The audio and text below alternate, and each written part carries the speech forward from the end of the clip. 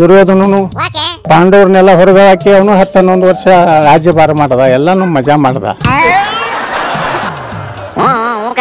ಆಮೇಲೆ ಪಾಂಡವರು ಬಂದ್ರು. ಅದೇ ರೀತಿ ರಾಮಾಯಣದಲ್ಲಿನೂ ದುಷ್ಟ ಶಕ್ತಿಗಳು ಎಷ್ಟೋ ದಿವಸ ನಡೀತು, ಕೊನೆಗೆ ರಾಮನಿಗೆ ಜಯ ಆಯ್ತು, ಪಾಂಡವರಿಗೆ ಜಯ ಆಯ್ತು.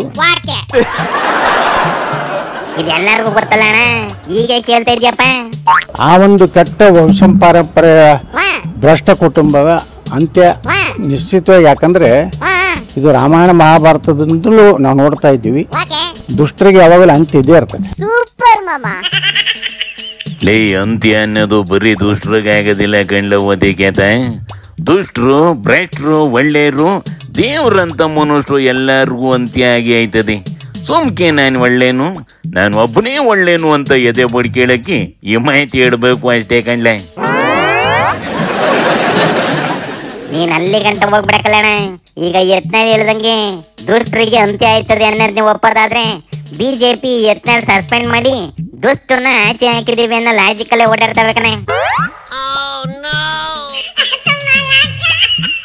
ಹಂಗಾರೆ ಯತ್ನಾಳು ರಾಮಾಯಣ ಮಹಾಭಾರತದ ಕತೆ ಹೇಳ್ತಾ ಇರೋದೇ ವೇಸ್ಟ್ ಅಂತಲಿಂದ ನೀನ್ ಅನ್ನೋದು.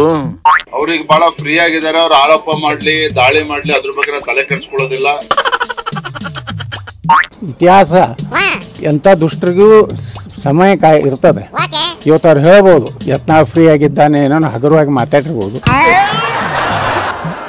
ಆತಾತು ರೈಜ್ ಆಗ್ಬಿಡ ಬಿಡೋಣ.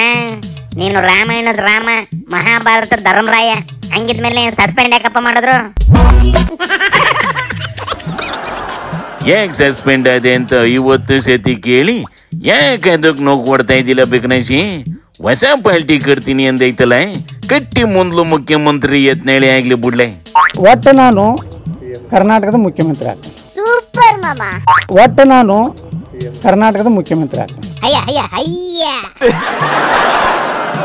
ಅಯ್ಯ, ಇದು ಪಾರ್ಟಿ ಕಟ್ತೀನಿ ಅಂದ್ರು ಇದ್ರ ಫ್ರೆಂಡ್ಸ್ ಬೇಡ ಅಂತ ಕುಂತಬೇಕ ನಾನು ನೋಡ್ಲಿ. ಬಟ್ ನಾವು ಭಾರತೀಯ ಜನತಾ ಬೇರೆ ಪಕ್ಷ ಬಿಟ್ಟು ಹೋಗಲ್ಲ. ನಮ್ಮ ಯತ್ನಾಳ್ ಹೋಗುದಿಲ್ಲ, ಬೇರೆ ಪಕ್ಷ ಕಟ್ಟುವ ನಮ್ಮ ವಿಶ್ವಾಸ ಇದೆ.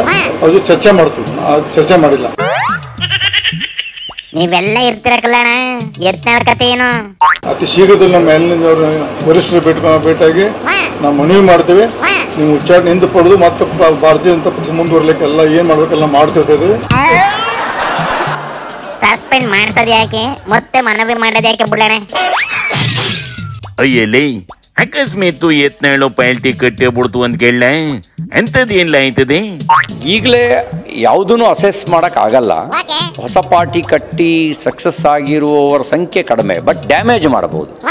ಯಾರಿಗೆ ಡ್ಯಾಮೇಜ್ ಮಾಡ್ತಾರೆ ಅನ್ನೋದನ್ನ ಈಗ ಅಸೆಸ್ ಮಾಡಕ್ಕಾಗಲ್ಲ. ನಾನು ದೇವರಾಜ ಅರಸು ಮಾತ್ರ ಅಲ್ಲ, ಹಿಂದೆ ನಿಜ್ಲಿಂಗಪ್ಪನವರಂತ ಘಟಾನುಘಟಿಗಳು, ದೇವರಾಜ ಅರಸೂರು, ಬಂಗಾರಪ್ಪನವರು, ದೇವೇಗೌಡರು ತಾವು ಯಶಸ್ವಿ ಆಗ್ಲಿಲ್ಲ, ಡ್ಯಾಮೇಜ್ ಅನ್ನ ಮಾಡಿದ್ದಾರೆ, ಮಾಡಬಹುದು. ಯತ್ನಾಳು ಪಾರ್ಟಿ ಕಟ್ಟಿ ಈಸ್ಪರ್ರು ಮುತಾಲಿಕು ಇವ್ರನ್ನೆಲ್ಲ ಪಾರ್ಟಿಗೆ ಸೇರಿಸ್ಕೊಂಡ್ರೆ ಕಡೆ ಪಕ್ಷ ಒಂದ್ 10 ಸೀಟ್ನಾರ ಕಟ್ಕೊಂಡ್ ತಂದೆ ತರ್ತದೆ ಕಣೆ. ಅಂದ್ರೆ ಈ ಯತ್ನಾಳುವೆ ಯಡಿಯೂರಿಂದ ಹಿಡಿತದೆ ಅಂತಲ್ವೇಂದ ನೀನ್ ಹೇಳೋದು? ಯಡಿಯೂರಿಗೆ ಪ್ಯಾನ್ ಬೇಸ್ ಇತ್ತು ಕಣ್ಲೆ, ಖರ್ಚು ಮಾಡಕ್ಕೆ ಕಾಸಿತ್ತು. ಈ ಯತ್ನಾಳು ಅದೆರಡು ಇಲ್ದೆ ಅದೆಂತ ಪಾರ್ಟಿ ಕಟ್ತದ ನೋಡೋಣ ನೆಡ್ಲೆ. ಶಿವನಿ ಶಂಭುಲಿಂಗ.